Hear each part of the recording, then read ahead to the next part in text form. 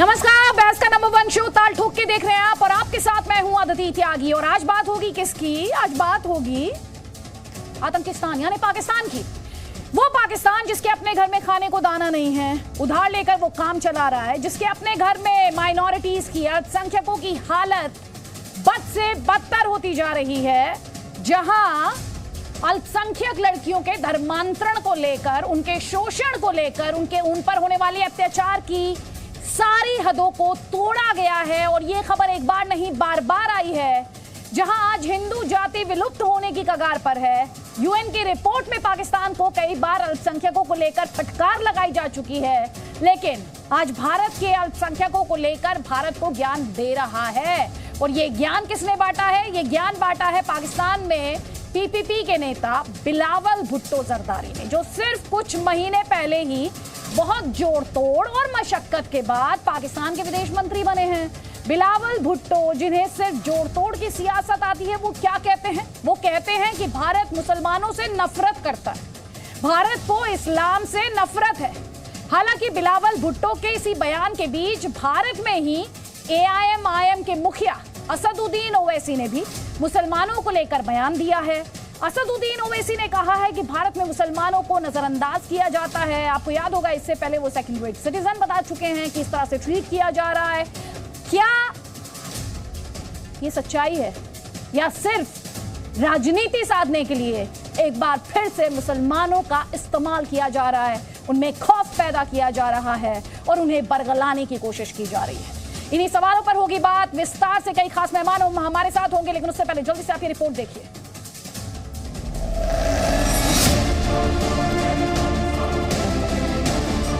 दुनिया को नजर आ रहा है कि ये ना सिर्फ पाकिस्तान दुश्मन लोग हैं, ये एक्शन में इस्लाम दुश्मन लोग हैं। जो मुस्लिम्स भारत में भी रहते हैं, उनके खिलाफ इतना इत्तेहाद पसंदी, इतना नफरत रखते हैं कि इस किस्म का स्टेटमेंट दे सकते हैं। और जो भारत का असल शक्ल है, भारत का जो असल शक्ल है, वो अब इस किस्म के एक्शन से दुनिया के सामने लाया जा रहा है। भारत में अगर सबसे ज्यादा किसी की बेइज्जती की जाती है तो मुसलमानों की। भारत में अगर सबसे ज्यादा कोई गैर महफूज है तो मुसलमान है।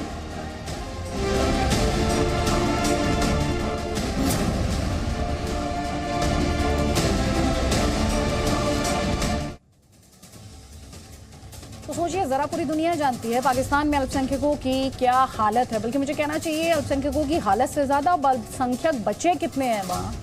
कट्टरपंथ ने पाकिस्तान को किस तरह से बर्बाद कर दिया है, उन्हें कौन शय देता है? पाकिस्तान में बिलावल भुट्टो और इनके जैसे नेता, और ये लोग अल्पसंख्यकों पर ज्ञान देने की कोशिश किसे कर रहे हैं? भारत को, दुनिया का सबसे बड़ा लोकतंत्र, जिसका कॉन्स्टिट्यूशन अपने हर सिटीजन के राइट्स की गारंटी देता है, जिस पाकिस्तान को इस बात पर फोकस करना चाहिए कि वो अपना कर्ज कैसे चुकाए, लोगों को रोजी रोटी कैसे दे, लेकिन उसकी ज्यादा रुचि कहां है कि भारत के खिलाफ माहौल कैसे बनाया जाए, भारत के खिलाफ जहरीले बोल कैसे बोले जाए, भारत के खिलाफ नफरती एजेंडा कैसे आगे बढ़ाया जाए, भारत के खिलाफ दुष्प्रचार कैसे किया जाए। और ये सब कुछ अपने आप में बहुत ही हास्यास्पद हो जाता है, क्योंकि जब ये ज्ञान पाकिस्तान दे रहा होता है। कई खास मेहमान हमारे साथ हैं। हमारे साथ बीजेपी का पक्ष रखने के लिए शहजाद पूनावाला हैं, हमारे साथ अमजद अयूब मिर्जा हैं, पॉलिटिकल एनालिस्ट हैं, पाकिस्तान के कब्जे वाले कश्मीर से ताल्लुक रखते हैं। डॉक्टर अजय आलोक हैं हमारे साथ, पॉलिटिकल एनालिस्ट हैं। आप सभी का बहुत बहुत स्वागत है। लेकिन मैं पहले चाहूंगी एक बार फिर से शहजाद पूनावाला को सुनवाएं कि बिलावल भुट्टो जरदारी, जिनकी मां बेनजीर भुट्टो, जिनके नाना जुल्फिकार अली भुट्टो, अल्पसंख्यकों का क्या हाल हुआ पाकिस्तान में, जिन्हें इस पर भी जवाब देना चाहिए। लेकिन वो भारत से क्या कह रहे हैं, भारत के बारे में क्या कह रहे हैं, भारत को कैसे इस्लाम विरोधी बता रहे हैं? शहजाद पूनावाला, सुनिए ध्यान से। जहां तक भारत के सुप्रीम कोर्ट का किरदार है, उस पर हमारा बहुत कम ही असर हो सकता है। हमारा काम है ये इशू को इंटरनेशनल फोरम्स में दुनिया के अवाम के सामने रखें, और हम समझते हैं चाहे वो ओआईसी की फोरम हो, चाहे यूनाइटेड नेशंस के फोरम है, हमारी अपनी कोशिश है कि हमने उन फोरम्स में जरूर उठाया। और मैं समझता हूं कि बीजेपी के इस किस्म के एक्शंस से वो खुद एक्सपोज हो रहे हैं।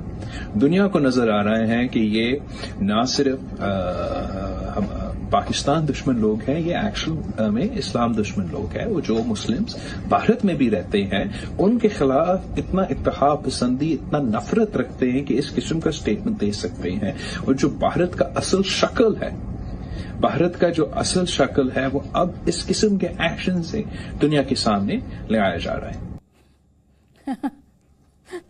वैसे तो हंसी आ रही है, आप भी हंस रहे होंगे। भारत की असली शक्ल कौन बता रहा है? बिलावल भुट्टो जरदारी।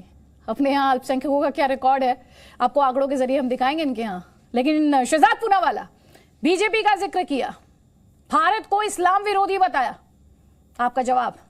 देखिए, बिलावल भुट्टो हो या पाकिस्तान की बात हो तो उसको ज़्यादा अहमियत देनी नहीं चाहिए, क्योंकि ये वो देश है जो कहता है कि ये इस्लाम का प्रतिनिधित्व करता है। आज मुझे बताइए कि अहमदिया सबसे ज़्यादा कहाँ मारे जा रहे हैं, आज शिया सबसे ज़्यादा कहाँ मारे जा रहे हैं। और यही पाकिस्तान है, जब इसको सवाल पूछा जाता है चीन में हो रहे मुसलमानों के खिलाफ अत्याचार के बारे में, तो वो बताता है कि मुझे इसके बारे में कोई जानकारी ही नहीं है। तो एक तो दुनिया देख रही है, चाहे जो भी मुल्क है जहाँ पर इस्लाम बहुमत में है, चाहे वो इराक हो, ईरान हो, सऊदी हो, पाकिस्तान हो, चाहे वो सूडान हो, बाकी के देश हो, उन सभी जगहों पर क्या बीजेपी है, क्या वहाँ पे आरएसएस है? तो वहां पर क्यों सुखी नहीं है, इसका चिंतन करना चाहिए। परंतु सवाल ये पैदा होता है कि पाकिस्तान तो पहले खुद आत्मचिंतन करे। पाकिस्तान बना ही भारत के खिलाफ नफरत की बुनियाद पर है, और आज 70 वर्ष होने के बाद कहां पाकिस्तान खड़ा है और भारत आज आज़ादी के अमृत काल में कहां खड़ा है, ये दोनों के बीच अंतर स्पष्ट है। तो आज सवाल सिर्फ इतना है कि पाकिस्तान को आत्मचिंतन करना चाहिए कि वो किस दिशा में जा रहा है और कहां खड़ा है, और भारत कहां खड़ा है। ठीक है, आप कह रहे हैं पाकिस्तान को आत्मचिंतन करना चाहिए, लेकिन जो आत्मचिंतन कर ले वो पाकिस्तान कहाँ होगा? आतंक को लेकर, भुखमरी को लेकर, भारत के खिलाफ नफरत को लेकर कैसे आत्मचिंतन करेगा पाकिस्तान, जिसका वजूद ही भारत के खिलाफ नफरत पर टिका हुआ है, जिसकी फौज ही भारत के खिलाफ नफरत पर टिकी हुई है, जिसके इंस्टीट्यूशंस भारत के खिलाफ नफरत पर टिके हुए हैं। लेकिन उमर अल्ताफ पाकिस्तान से हमारे साथ हैं। उमर अल्ताफ, पाकिस्तान भारत को सिखाएगा कि माइनॉरिटीज को कैसे ट्रीट करना है। जरा सा आपके मुल्क में जो माइनॉरिटीज का रिकॉर्ड है उसके बारे में आज हमारे दर्शकों को आप थोड़ा सा एनलाइटनमेंट दें, थोड़ा सा उन्हें एनलाइटन करें।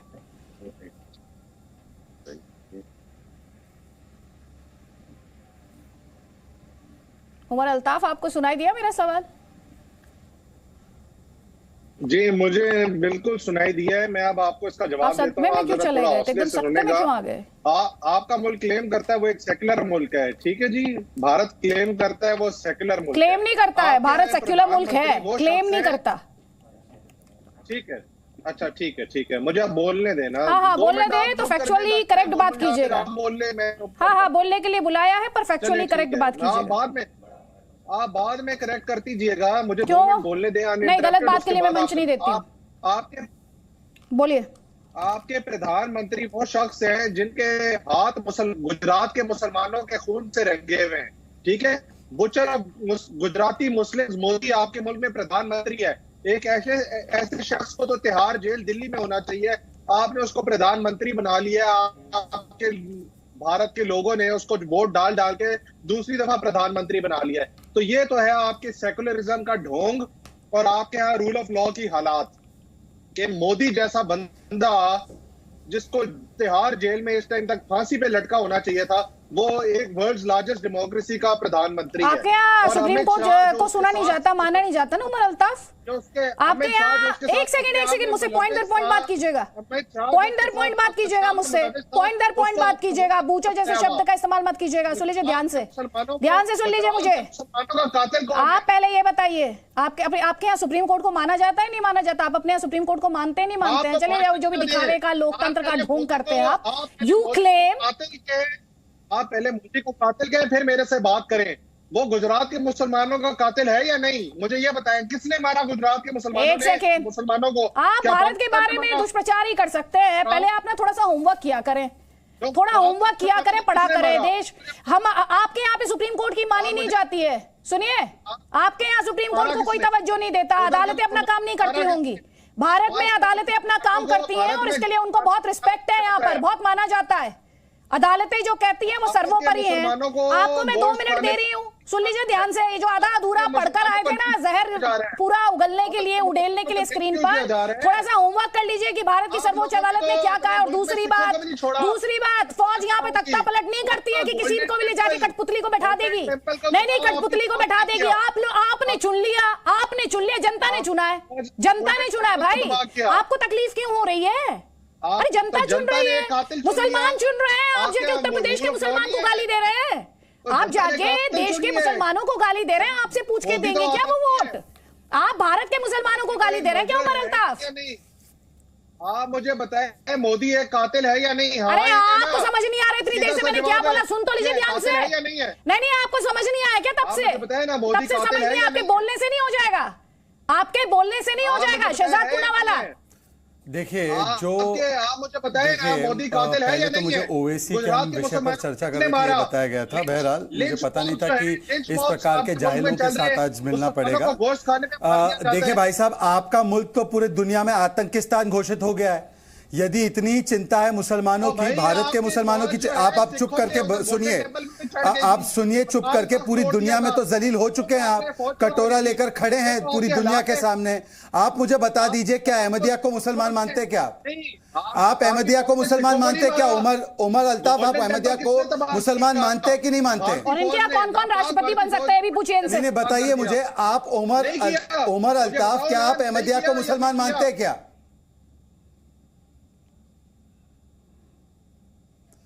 जो खुद अपने मुल्क को संभाल नहीं पा रहे हैं, जो खुद अपने मुल्क को आतंकिस्तान बनाए बैठे हैं, जो खुद भिखारी बन चुके हैं पूरी दुनिया के सामने, आज वो दूसरों को आकर बोल रहे हैं कि उनके प्रधानमंत्री के विषय में। मुझे लगता है कि इनके संबंध में, इनकी बातों को सुनने के लिए हम चर्चा भी क्यों कर रहे हैं, मुझे समझ में नहीं आ रहा है। और कृपया, मुझे समझ में नहीं आ रहा है कि आज हम किस विषय पर चर्चा कर रहे हैं। भारत के सिखों में किसने अटैक किया? बस फौज को कंडेम करो, फिर सिखों ने इंदिरा गांधी क्या बोल रहे हैं ये? आपका मुल्क तो गांधी जी को भी नहीं छोड़ा, आपके एक्सट्रीमिस्ट ने, आरएसएस ने तो गांधी को भी मार दिया था 1948 में। आपके मुल्क के तो ये हालात है। उमर अल्ताफ, गांधी को भी नहीं छोड़ा। उमर अल्ताफ, नहीं, पर दुख की बात यह है कि यही नैरेटिव कांग्रेस पार्टी का भी है, यही नैरेटिव ओवैसी का भी है, और आज पाकिस्तान भी यही झूठा नैरेटिव पूरी दुनिया में फैला रहा है। तो आज जो हमारे एमआईएम के लोग हैं, उनको बड़ा खुश होना चाहिए, वारिस पठान को खुश होना चाहिए कि पाकिस्तान उनका दुष्प्रचार फैलाने में मदद कर रहा है। वारिस पठान, हाँ बोलिए। भारत में मुसलमान महफूज है या नहीं है? पाकिस्तान तो कह रहा है इस्लाम विरोधी है भारत। मुझे पाकिस्तान से क्या लेना देना है? मैं तो पाकिस्तान की जिन्ना की टू नेशन थ्योरी को ठुकरा के बैठा हूं। To help with Pakistan. मुझे पाकिस्तान से कोई मोहब्बत नहीं है। मेरे अब्बा दादा तो बिरयानी खाने नहीं चले गए पाकिस्तान में, नवाज शरीफ की बेटी की शादी में तो नहीं पहुंच गए। मोदी जी गए, अडवाणी जी जिन्ना की कब्र पे चले गए। मुझे मेरे भारत से मतलब है, मेरा भारत महान था, इंशाअल्लाह ताला रहेगा। और हम तो मना रहे ना आजादी का 75वां अमृत महोत्सव। साहब ने क्या कहा? हम आजादी का अमृत महोत्सव बना रहे हैं। सब अपने दिलों को साफ कर दीजिए, एक हो जाइए, एक दूसरे का हाथ थामिए, हमारे देश से बेरोजगारी को मिटाइए, देश को तरक्की की राह पर लेकर जाइए। असद ओवैसी साहब ने तो इतना अच्छा पैगाम दिया है कल, और उन्होंने ये भी पैगाम दिया कि जो हमारी नेशनलिज्म और पेट्रियटिज्म को हर दिन चैलेंज करते हैं, वो भी समझ लें कि मुसलमानों ने इस देश के लिए क्या क्या किया है। पठान यहाँ पे कोई सर्टिफिकेट नहीं बांट रहा और कोई कह नहीं रहा कि आपको वफादारी साबित करनी है। पहली बात, ये क्लैरिटी होनी चाहिए। इस देश में किसी से नहीं कहा गया कि आप वफादारी साबित कीजिए। तो आप दे रहे हो ना अदिति जी, इस देश के सिटीजन। आपकी बात यहाँ हो रही है, लोग रोज सुबह शाम एक ही चीज पूछ रहे हैं, एक ही चीज बोल रहे हैं, सुबह से एक ही फोन कर रहे हैं, डीपी क्यों नहीं बदला? अरे मेरे डीपी बदलने से क्या मेरे दिल से तिरंगे की मोहब्बत कम हो जाएगी? तिरंगा मेरे दिल पे छपा हुआ है। हम तो उस दिन से तिरंगा लहरा रहे हैं जब से ये आरएसएस वाले तिरंगे को अपशुभ मान रहे थे। 75 साल से हम तिरंगा लहरा रहे हैं, और मुझे यकीन है इंशाअल्लाह ताला हमारी आने वाली नस्लें भी तिरंगे को लहराएगी जब तक जिंदा रहेंगे हम इंशाअल्लाह ताला। तो तिरंगे के लिए फोन पे फोन, अरे डीपी चेंज करो, क्या? अरे भाई, भारत में मुसलमान सुरक्षित है या नहीं? मैं आपसे जो सवाल पूछी, मुझे उसका जवाब दीजिए सर प्लीज। मैंने पहले ही कहा, किसी को वफादारी का सर्टिफिकेट मैं नहीं देती, मैं नहीं वो डिबेट करती। सबसे पहले तो छोड़ दीजिए, सबसे पहले आप भारत के अंदर हिंदू मुसलमान करना छोड़ दीजिए आदित्य जी। भारत में जितना पूरे देशवासियों का अधिकार है, वाह, पूरे देशवासियों का अधिकार है भारत के अंदर। लेकिन आप एक स्पीच के अंदर से एक लाइन निकालेंगे और बताएंगे नहीं, हिंदू मुसलमान कौन करता है? वारिस पठान क्या कहा? उन्होंने खाली इतना बताया जी इस देश में हिंदू मुसलमान कौन करता है? बीजेपी वाले। बीजेपी की तो किस सियासत ही हिंदू मुसलमान के ऊपर है। जिस दिन उन्होंने हिंदू मुसलमान करना छोड़ दिया, वो तो जो 2 पे थे 2 पे चले जाएंगे 385 से वापस। तो उनके लिए तो ये करना ही पोलराइजेशन करे बिना तो आगे आ ही नहीं सकते। आप अच्छा, पूरे देश ने देखा ना, 2 से ये कल बीजेपी ने बयान दिया है। अरे ये हिंदू मुसलमान असदुद्दीन मुसलमान कौन करता है? असदुद्दीन ओवैसी ने क्या कहा? रिएक्शन चलाइए जरा, रिएक्शन चलाइए। क्या करना चाहती है ये बीजेपी के नेता कब से हो गए भाई? हमें नहीं पता था, आज आप एनलाइटन कर दीजिएगा। रिएक्शन चलाइए असदुद्दीन ओवैसी का प्लीज। अगर कोई दावा करता है कि मैं भारत से बहुत मोहब्बत करता हूं तो भारत की हर तहजीब से मोहब्बत करना पड़ेगा। अगर कोई कहता है कि मुझे I am proud to be an Indian, जब तुम प्राउड हो इंडिया के लिए तो तुमको भारत के माजी को भी मानना पड़ेगा। और भारत का माजी कहता है कि मुसलमान इस मुल्क की आजादी के लिए सबसे ज्यादा अपना खून बहा, इस माजी पर भी तुमको फख्र करना पड़ेगा। सिर्फ ये नहीं हो सकता कि मैं proud Indian. If you are a proud Indian you must be proud of your past also. वो हमारा माजी है जो एक रोशन माजी है। अगर कोई दावा, तो ये तो असदुद्दीन ओवैसी कल जो आयोजन था उसमें बोल रहे थे। मुसलमानों को लेकर उन्होंने क्या कहा, जरा वो भी चलाइए रिएक्शन। उम्मीद करते हैं कि देश के प्रधानमंत्री जब 15 अगस्त को लाल किले से खड़े होकर मुल्क से खिताब करेंगे तो मुल्क के मजलूमों का जिक्र करेंगे। हम उम्मीद करते हैं कि देश के प्रधानमंत्री जब 15 अगस्त को झंडा तिरंगा लहराएंगे तो अल्लामा फजल खैराबादी का, मौलाना महमूदुल हसन का, हुसैन अहमद मदनी का, मौलाना काफी का, अशफाकुल्लाह का जिक्र करेंगे। नहीं मालूम करेंगे या नहीं करेंगे, वो करे या ना करे हम तो करते रहेंगे। हमको फख्र है हमारे बुजुर्गों पर। भारत में अगर सबसे ज्यादा किसी की बेइज्जती की जाती है तो मुसलमानों की। भारत में अगर सबसे ज्यादा कोई गैर महफूज है तो मुसलमान है। भारत में अगर सबसे ज्यादा किसी को नजरअंदाज कर दिया जाता है तो मुसलमान है। ये कोई टीवी की हेडलाइन के लिए नहीं कह रहा हूं मैं। मेरे पास आदाद व शुमार हैं। मुल्क आजाद जरूर हो गया मगर गौरक्षकों को जो आजादी है वो आजादी उनको नहीं मिलनी चाहिए।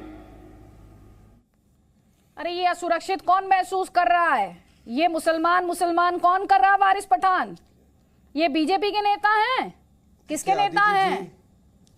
आदित्य जी सुनिए, सुन रही हूं। आदित्य जी, कल आपने देखा नहीं कि कितना अच्छा आलीशान हमने सजाया था हमारे हेडक्वार्टर को, दारुस्सलाम को हैदराबाद में। वहां पर फंक्शन रखा गया, आजादी का 75वां उत्सव मना रहे थे हम। सब लोग तिरंगा लेकर खड़े थे। इतना अच्छा तिरंगे के शेप में लाइटिंग लगी हुई थी वहां। असद साहब ने कितनी अच्छी बात बोली। मैं तो बहुत खुश हुआ। मैंने सवाल नहीं उठाया, जिन्होंने सवाल उठाया उनका तो रिएक्शन चलाया। मैंने जिन्होंने सवाल उठाया उनका रिएक्शन चलाया, उस पर जवाब दीजिए ना मुझे। नहीं उठाया, उस पर जवाब दीजिए मुझे। आप कहते हैं हिंदू मुसलमान कर रहा है, कौन कर रहा है? देख लिया आपने? सुनिए, उन्होंने क्या कहा, देश के वजीर आजम को यानी प्रधानमंत्री को मुसलमानों ने देश की आजादी के लिए जो बलिदान दिया है वो भूलना नहीं चाहिए। देश के प्रधानमंत्री को मजलूमों की बात करनी चाहिए और मुसलमानों के ऊपर जो उन्होंने घटना बताई कि मॉब लिंचिंग होता है गाय के नाम पर, उसके बारे में भी कुछ बोलना चाहिए।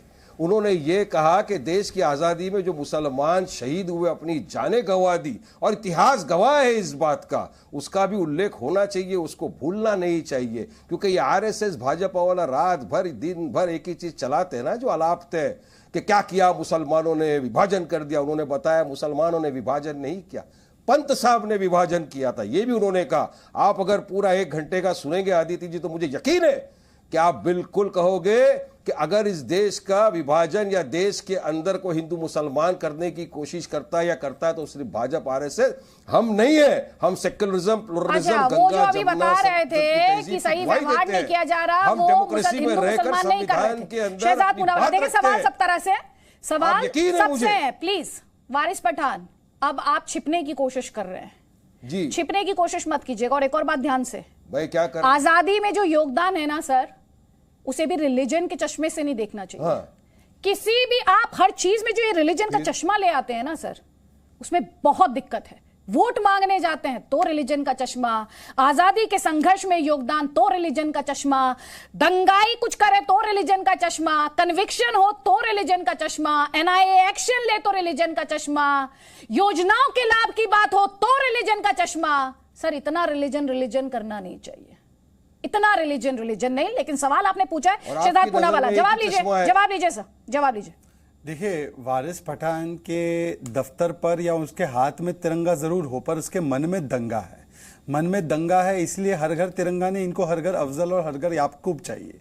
अगर इनके मन की मंशा, देखिए फिर से वही है कि मैं करूं पूरा डिवाइड एंड रूल, चलाऊं वोट बैंक की दुकान ताकि चले मेरी जो सियासत वाली दुकान, ये बनना चाहते हैं भड़काऊ भाईजान। मुझे बताइए कि आज इनको असुरक्षित क्यों महसूस हो रहा है? क्या 3 तलाक का फैसला सुप्रीम कोर्ट के द्वारा आया इसलिए असुरक्षित महसूस हो रहा है? क्या हिजाब का फैसला कर्नाटका की कोर्ट से आया इसलिए असुरक्षित महसूस हो रहा है? और जब आप कांग्रेस के साथ थे 2004 से 14 के बीच, वही कांग्रेस जिसने नेल्ली, हाशिमपुरा, भागलपुर, मीरठ, मलियाना, मुंबई, अहमदाबाद ये तमाम दंगे दिए और दिल्ली का नरसंहार दिया जिसमें हजारों लोग मारे गए, तब आपको असुरक्षा की भावना महसूस नहीं हुई? तो ये तुष्टीकरण की स्पर्धा है और इस स्पर्धा में कौन सबसे बड़ा भाईजान बन सकता है, भड़काऊ भाईजान, ये इसकी कंपटीशन है। इसलिए कभी कांग्रेस पार्टी बोलती है कि मुसलमानों का पहला अधिकार होता है संसाधनों पर, तो ओवैसी साहब को लग रहा है अब मैं पीछे कहीं छूट ना जाऊं, तो इसलिए वो भड़काने की राजनीति कर रहे हैं। देखिए, मन में केवल तिरंगा होने से नहीं चलेगा, आपको दिल में भी तिरंगा उतारना होगा। सिर्फ मंडप में तिरंगा रखने से कुछ नहीं होगा। वारिस पठान, आपका जवाब। देखिए, अभी हो गया दूध का दूध पानी का पानी। अभी आपने कहा, इतना बड़ा लेक्चर दिया आदित्य जी कि आप लोग के ऊपर चश्मा लगा हुआ है हिंदू मुसलमानों का, दंगा का। अभी भाजपा के प्रवक्ता शहजाद पूनावाला साहब जो यहाँ बैठे हैं, इन्होंने अपनी बात कैसे शुरू करी? ट्रिपल तलाक से शुरू करी, दंगे से शुरू करी, दिल में मोहब्बत नहीं है तिरंगे की, इससे शुरू करी। और आप बोलते हो कि कौन चैलेंज कर रहा है? इसीलिए मैं बता रहा हूँ आदित्य जी, रात दिन यही इन लोग अलापते। अरे शहजाद साहब, ये 2 दिन डीपी चेंज करने से तिरंगे की मोहब्बत नहीं आ जाएगी। ये आप लोग तो मजाक कर रहे हो। हम तो 75 साल से तिरंगे का सम्मान करते आ रहे हैं। 75 साल से सुप्रीम कोर्ट ने दिया। 1947 में जो सुनिए ना साहब, आराम से डिबेट करें। आराम से ही डिबेट कर रहे हैं। मैं आपसे एक सेकंड, आप कह रहे हिंदू मुसलमान हम कर रहे हैं, मैगजीन जो है आरएसएस का मुसलमान हम कर रहे हैं ना। और वारिस पठान एक सेकंड सुनिए, मैंने आपकी बात सुनी, आपको एक बात सुनिए शहजाद साहब। याकूब मेमन को इसलिए लटकाया गया क्योंकि वो मुसलमान था, असदुद्दीन ओवैसी। क्या फायदा होगा? याकूब मेमन को इसलिए लटकाया गया क्योंकि वो मुसलमान था, असदुद्दीन ओवैसी। ये बात को मानते क्या? याकूब मेमन को इसलिए लटकाया गया। मैं आपकी बात का जवाब नहीं देना चाहता। मैं आप मेरी बात रखूंगा, फिर आपकी बात करेंगे। आपको अगर आप बताइए ना, याकूब मेमन को इसलिए लटकाया गया क्योंकि वो मुसलमान था। एक मिनट, आपके बात का जवाब क्यों दूं मैं? जब आप मेरी बात क्यों नहीं चाहते तो दीजिए पहले। वैसे आप डिबेट करने आए वारिस पठान, वैसे आप क्या हो जो मैं आपकी बात का जवाब दूं? डिबेट करने आए, चलिए बात का जवाब दीजिए। मैं मेरी बात रखूंगा पहला। अरे बोलिए ना सर, पहले मेरी बात रखूंगा जी। मैं यही तो बोल रहा हूं ना। ऑर्गेनाइजर मैगजीन जो आरएसएस का माउथ पीस है, 1947 जुलाई में उसने क्या कहा कि तिरंगा जो है ये इविल है, इनऑस्पिशियस है। तिरंगा में जो भगवा कलर है, तिरंगा पर डिबेट नहीं कर रही हूं, क्योंकि तिरंगा पे डिबेट नहीं हो सकती। सुनिए ध्यान से, मैं यहाँ जो ओवैसी साहब के मुसलमानों को लेकर स्टेटमेंट है, जिन स्टेटमेंट से पाकिस्तान फायदा उठाने की कोशिश करता है, मैं उस पर बात कर रही हूँ सर। मैं उस पर बात कर रही हूँ और उसी पर रहिए आप। अरे मुझे पाकिस्तान से क्या लेना देना अदिति जी? नहीं, पाकिस्तान से लेना देना किसी को नहीं है सर। माध्यम से मैसेज लेकिन आपकी बातों से पाकिस्तान उन्हीं स्टेटमेंट्स को उठा लेता है, तो सर राजनीति में अगर आप हैं तो कुछ तो रिस्पॉन्सिबिलिटी आपकी भी है ना सर। रिस्पॉन्सिबिलिटी तो आपकी भी है। अगर राजनीति में नहीं भी होता तो भी देश के एक नागरिक के हिसाब से मेरी जवाबदारी बनती है, और मैं आपके माध्यम से पाकिस्तान को मैसेज दे रहा हूं। आपको क्यों बुरा लग रहा है? अरे मुझे क्यों बुरा लगेगा? दीजिए ना मैसेज। आपने कब से तो आपने कहा मुझे पाकिस्तान को क्या कहना है? हमारे भारत देश के मामलों में बोलना बंद कर दीजिए। आपके यहाँ भूखमरी से लोग मर रहे हैं, वहां पर संभालिए। हमारा मुल्क है, हम आपस का जो भी है हम अपने हिसाब से कर लेंगे। आपको हमारे बीच में इंटरफेयर करने का कोई जरूरत नहीं है। भारत बहुत आगे चला गया है। जवाब ले लीजिए, जवाब लीजिए। नहीं, मैं वारिस पठान साहब को नहीं जवाब देना चाह रहा, मैं शहजाद पूनावाला को जवाब देना चाहिए। ये अपनी कौम का गद्दार है, इसको शर्म नहीं आती कि ये मुसलमान है और इसका प्राइम मिनिस्टर मोदी है जो मुसलमानों का कातिल है और ये उसको डिफेंड कर रहा है। एक सेकंड उमर अल्ताफ, सुनिए मेरी बात ध्यान से, एक सेकंड मेरी बात ध्यान से सुनिएगा। आप कौन होते हैं सर्टिफिकेट बांटने वाले? आप कौन होते हैं सर्टिफिकेट बांटने वाले? कौम का गद्दार क्या होता है? कौम का गद्दार क्या होता है? वो भारतीय है, वो भारतीय है और आपके सर्टिफिकेट की किसी को जरूरत नहीं है। आपके सर्टिफिकेट की किसी को जरूरत नहीं है। आप ये बताइए, अभी थोड़ी देर पहले आपसे शहजाद पूनावाला ने सवाल पूछा था, अहमदिया मुस्लिम होते हैं या नहीं होते? पहले ये बताइए मुझे, जल्दी से बताइए जी। अहमदिया मैं कोई इधर मुफ्ती नहीं बैठा हुआ, मगर हर इंसान जीने का हक है।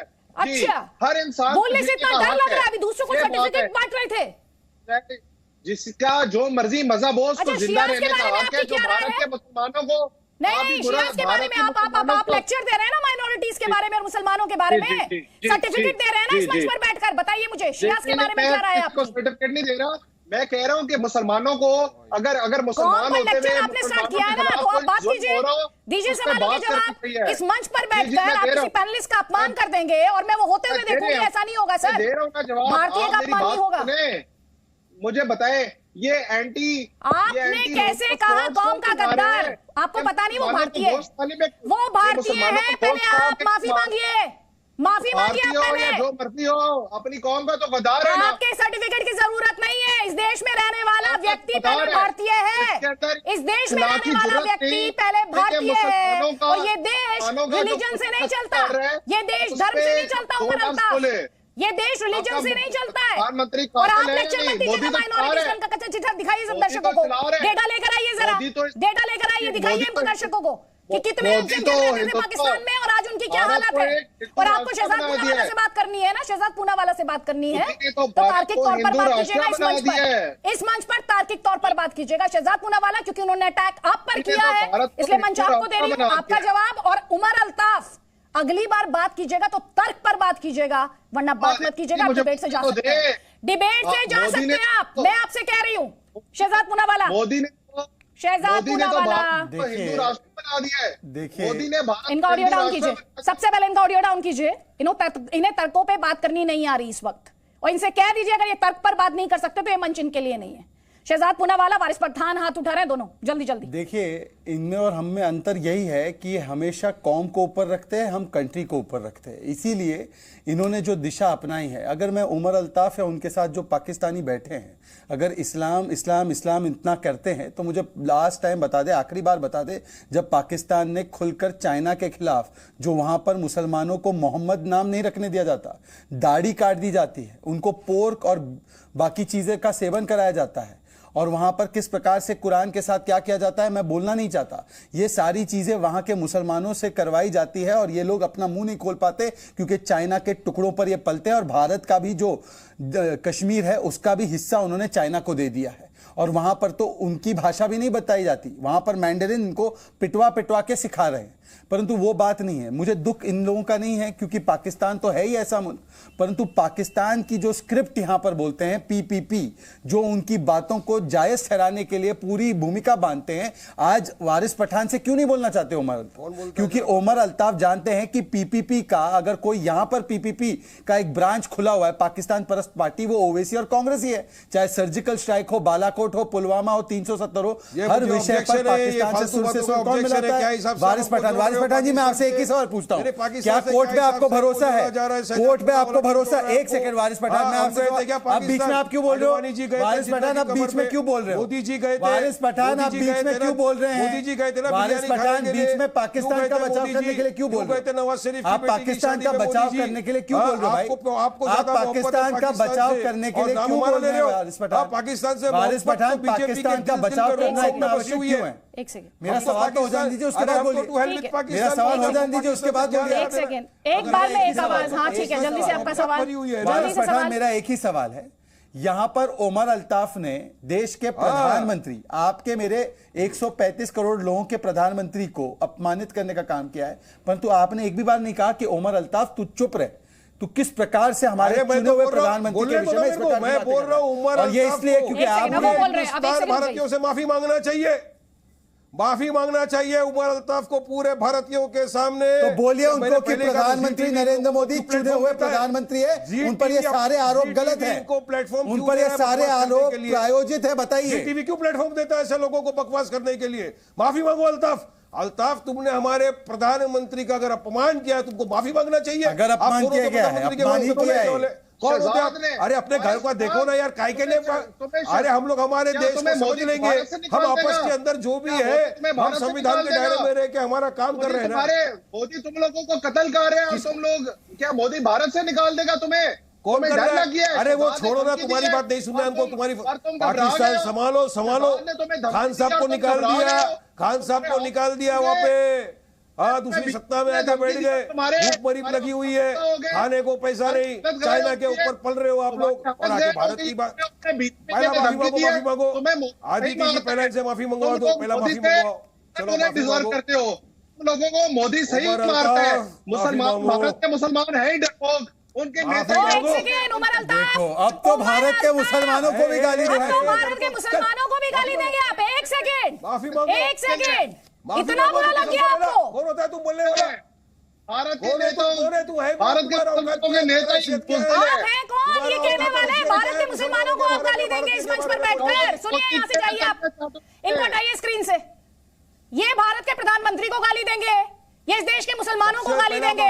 इनका इस मंच पर कोई काम नहीं है, तार्किक तौर पर बात नहीं कर सकते। हटाइए इनको स्क्रीन से, बिल्कुल अभी। एक सेकंड की देरी के अलावा, एक सेकंड की देरी नहीं होनी चाहिए। हटाइए इनको, इसको लात मार के निकाला जाए बाहर। ZTV से मेरा दरखास्त है भी नियंत्रण रखिए, उनको हटा दिया गया है जाए इस प्लेटफॉर्म से, उनको इस डिस्कशन से हटा दिया गया है सर। हाँ, निकालो। लेकिन सर वो आज ये बोल कैसे पाए?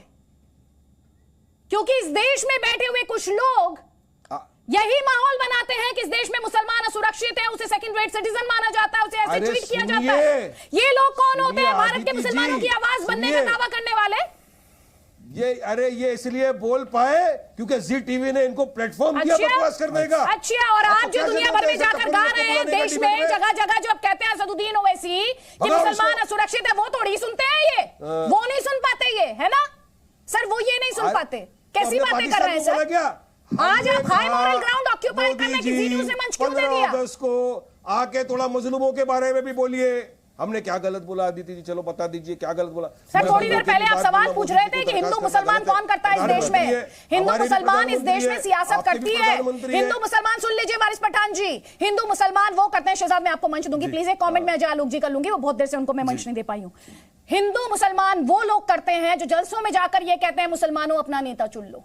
हिंदू मुसलमान वो कहते हैं जब याद दिलाते हैं कि जातियों ने अपना सीएम चुना है, धर्म ने अपना सीएम चुना है, मुसलमान अपना सीएम क्यों नहीं चुनता, अपना नेता क्यों नहीं चुनता? वो हिंदू मुसलमान नहीं करते हैं वारिस पठान। वो क्या करते हैं? हाँ, वो 80 बनाम 20 कौन बोले थे? 80 बनाम 20। मैं आपसे आपकी पार्टी के नेता के स्टेटमेंट पर बात कर रही हूँ वारिस पठान, मुझे उसका जवाब दीजिएगा। आप जो सवाल पूछेंगे उसका जवाब बीजेपी देगी, लेकिन आपसे जो सवाल है उस सवाल का जवाब आप ही देंगे। मैं चाहता हूं आदित्य जी कि 1 घंटे की स्पीच आप दिखाओ टीवी पे, इतना अच्छा मैसेज जाएगा लोगों के अंदर। इतनी अच्छी बात की डेमोक्रेसी के अंदर रखकर संविधान का पालन करते हुए सेकुलरिज्म प्लुरलिज्म की, ये मैसेज देश के एक एक इंसान को सुनना चाहिए। मैं तो चाहता हूं ये उन्होंने कहा कि दिल से सुरक्षित नहीं है, इससे रेडिकलाइजेशन नहीं बढ़ेगा। वारिस पठान एक सेकेंड, मुसलमान इस देश में सुरक्षित नहीं है, क्या इससे रेडिकलाइजेशन नहीं बढ़ेगा? इस देश के खिलाफ साजिश करने वालों का हौसला नहीं बढ़ेगा?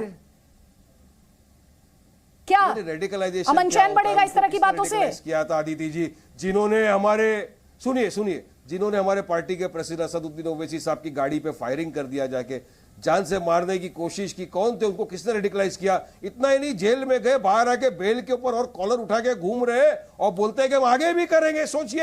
सोचिए किसने रेडिकलाइज किया उन लोगों को? किसने रेडिकलाइज किया? वो धर्म सांसद के अंदर बैठ के नरसिंहारन जो बोल रहा था कि मुसलमानों का नरसंहार। किसने रेडिकलाइज किया? किसने रेडिकलाइज किया? आजादी का अरे किसने रेडिकलाइज किया? उमेश कोले के मर्डर्स को किसने रेडिकलाइज किया जो अहमदनगर में अटैक हुआ उन्हें? किसने रेडिकलाइज किया जब सरतन से जुदा के नारे लगे? सर प्लीज बख्श दीजिए इस देश को, भाजपा की राजनीति तभी तक रह पाएगी जब तक ये देश रहेगा। जिन्होंने उदयपुर में एक जवाब लीजिए अजय आलोक से, वापस मंच दे रही हूँ वारिस पठान आपको, प्लीज एक जवाब लीजिए उनसे, फिर आप जवाब दीजिएगा। सवाल आज आपसे है वारिस पठान, आपसे सवाल है, बिल्कुल है सवाल आज। अरे देगा अजय आलोक जी। अदिति जी, सबसे पहले उस जलील पाकिस्तानी को यह पूछिए कि वो पाकिस्तानी है कि मुहाजिर है। पूछिए उससे, हैंड आपके स्क्रीन पे, कि वो अपने आप को मुहाजिर लोग उसको बुलाते हैं पाकिस्तान में कि उसको पाकिस्तानी बुलाते हैं। खुद की चिंता नहीं, खुद का पता नहीं है, चले हिंदुस्तान पे कमेंट करने। और हमारे प्रधानमंत्री को बुचर कहते हैं। अगर बुचर होते ना तो बुचर का सही मतलब सर्जिकल स्ट्राइक और एयर स्ट्राइक के बाद भी और पता चलता। औकात से ज्यादा बात कर रहे हैं, यहां पे उनको आप लोग बात कर रहे हैं। और मैं बताता हूं, ये चोर चोर मौसेरे भाई का खेल चल रहा था आपके यहां, इसलिए मैं मुस्कुरा रहा था जब वारिस पठान बोले इसे निकालो, उसे मंच क्यों दे दिया। ऐसे मंच क्यों दे दिया? रांची जाते हैं असदुद्दीन ओवैसी, जयपुर जाते हैं असदुद्दीन ओवैसी, तो पाकिस्तान जिंदाबाद के नारे कौन पाकिस्तान से चचा जाना के लगा रहे थे? क्यों लगवा रहे थे पाकिस्तान जिंदाबाद के नारे असदुद्दीन ओवैसी? जवाब है इसका, खुले मीडिया चैनल में, हर चैनल पे दिखाया गया। कब लगाया नारा असदुद्दीन ओवैसी के स्वागत में पाकिस्तान जिंदाबाद, ऑब्जेक्शन, पाकिस्तान बना के नहीं, अपने अल्फाज वापस लो, आप लोग की मिली भगत अपने अल्फाज वापस लो। कब लगाया असद ओवैसी ने पाकिस्तान सही बात है, आप लोग जैसे आदमियों के कारण नहीं, हुसैन हुसैन की इतनी हिम्मत हो जाती है बोलने की। माफी मांगो। कब असद ओवैसी ने पाकिस्तान की तारीफ की, पाकिस्तान जिंदाबाद अपनी सभा में पाकिस्तान जिंदाबाद के नारे जवाब दो मेरे को, या तो माफी मांगो। पाकिस्तान जिंदाबाद कराची में कहां नारे लगे थे बताओ, याद दिलाओ, वीडियो चलाओ। कब लगाया नारा असद ओवैसी ने? वीडियो चल रहा हूं रांची का। कब लगाया? जवाब दो। रांची का वीडियो चलवाया। कब लगाया? जवाब दो ना। पीछे में आप पाकिस्तान जिंदाबाद का नारा लगा। कब लगाया असद ओवैसी? इधर उधर की बात मत करो, मुझे बताओ असद ओवैसी ने कब नारा लगाया? उन्होंने कब कहा कि असदुद्दीन ओवैसी नारे लगा रहे थे वारिस पठान? क्यों बात को आप घुमाने की कोशिश कर रहे हैं सर? ऐसा मत कीजिए। असदुद्दीन ओवैसी के स्वागत में नारे लगा रहे थे। कान में सुनने की बीमारी हो गई। एक बार भी आपने, उन्होंने ये बात कही है क्या? कान में सुनने की बीमारी हो गई है। उन्होंने एक बार भी कहा कि असदुद्दीन ओवैसी नारे लगाते हैं। आपको बीमारी है? कब लगाया असद ओवैसी ने पाकिस्तान जिंदाबाद वो कह रहे हैं कि बैकग्राउंड में ये नारे लगे। उन्होंने बैकग्राउंड की बात की, असदुद्दीन ओवैसी ने ये नारे लगाए, ये उन्होंने कहीं नहीं कहा है। ये उन्होंने कहीं नहीं कहा। असदुद्दीन ओवैसी ने क्या कहा वो मैं आपको जरूर सुनवा देता हूं, जरा सुनवाइए। थोड़े दिन पहले जी के सम्मेलन में क्या कहा था? जिनोसाइड का डर हो रहा था, अदिति जी जिनोसाइड की आशंका जता रहे थे, वो सुनवाइए जरा। नहीं अदिति जी, आपने नाजी जर्मनी से इंडिया की तुलना की। Do you really think that's a justified comparison? देखिए, विश्व में जो जेनोसाइड के एक्सपर्ट्स हैं, मैं आपसे गुजारिश करूंगा कि कभी आप अपने प्रोग्राम में उनको बुला लीजिए। जितने बड़े बड़े एक्सपर्ट्स हैं, उन्होंने कहा कि इंडिया उसी रास्ते पर जा रहा है। हम भी नहीं चाहते कि भारत रुवांडा या जर्मनी हिटलर के जर्मनी के रास्ते पर जाए, और नहीं जाएगा, हमको उम्मीद भी है। मगर जो सिस्टमिक हेट को इंस्टीट्यूशनलाइज कर दिया गया है अल्पसंख्यक समाज के बारे में, खुदा ना खास्ता, लाखों बार खुदा ना खास्ता, कहीं हमको दिन ना देखना पड़े। वे क्या कह रहे हैं वारिस पठान? ये क्या कह रहे हैं असदुद्दीन ओवैसी? जिनोसाइड क्या होता है? मैं दे रही हूं अजय आलोक जी आपको वापस मंच। एक मिनट दे दीजिए। उन्होंने क्या कहा? क्या आपने सुना? उन्होंने कहा खुदा ना करे, उन्होंने कहा अल्लाह नहीं करे, क्या होगा? उन्होंने ये कहा। एक मिनट, आप उसके मीनिंग को उल्टा समझ के सुन लीजिए ना, उसका जवाब दीजिएगा। आप पूरा उल्टा बोलोगे। एक मिनट सुनिए, जवाब दीजिएगा उसके बाद। एक मिनट सुनिए तो सही, उसके बाद जवाब दे दीजिएगा। इमरान खान जब बोलते हैं धारा 370 हटाने पे, तो ओवैसी उनको गाली देते हैं कि इमरान खान कौन होता है भारत के मामले में बोलने वाला। लेकिन जब मलेशिया के प्राइम मिनिस्टर यूएन में खड़े होकर बोल रहे थे, तो असदुद्दीन ओवैसी के मुंह पे दही जम गया था। उनको बोलते हुए दिक्कत होती है। पाकिस्तान का फायदा उठाते अपनी पैट्रियटिज्म दिखाने के लिए सभा में पाकिस्तान जिंदाबाद के नारे लगवाते हो। ये दोगली नीति है आपकी। इसलिए वो जलील पाकिस्तानी यहां पे बोल के गया प्रधानमंत्री को बुच्चर। खुद मुहाजिर है कि पाकिस्तानी है, पता नहीं अपनी पैदाइश का, और यहां की बात बोल रहा है। मैं आप मिले हुए उससे, चोर मौसेरे भाई हो आप लोग। ड्रामा करना बंद कीजिए। मैंने कहा भगाओ, ड्रामा करना बंद कीजिए। मिले हुए आप दिखावे की देश से मोहब्बत नहीं करते। ठीक कहा शहबाज ने कि पाकिस्तान परस्त पार्टी के सदस्य हैं आप लोग। मेरे देश के शहजाद ने बिल्कुल ठीक कहा, पाकिस्तान परस्त पार्टी के सदस्य हैं। को वारिस पठान बोल सकता है, मुझे अधिकार है। अगर मुझे प्रधानमंत्री की किसी नीति से मैं संतुष्ट हूं तो मुझे अधिकार है मेरे प्रधानमंत्री से सवाल उठाएंगे। बाहर वाला कोई नहीं बोल प्रधानमंत्री बोलेगा 370 के बारे में, तो मुंह में दही जमा लेंगे यहाँ से। इसलिए बड़े देशभक्त हैं यहाँ से।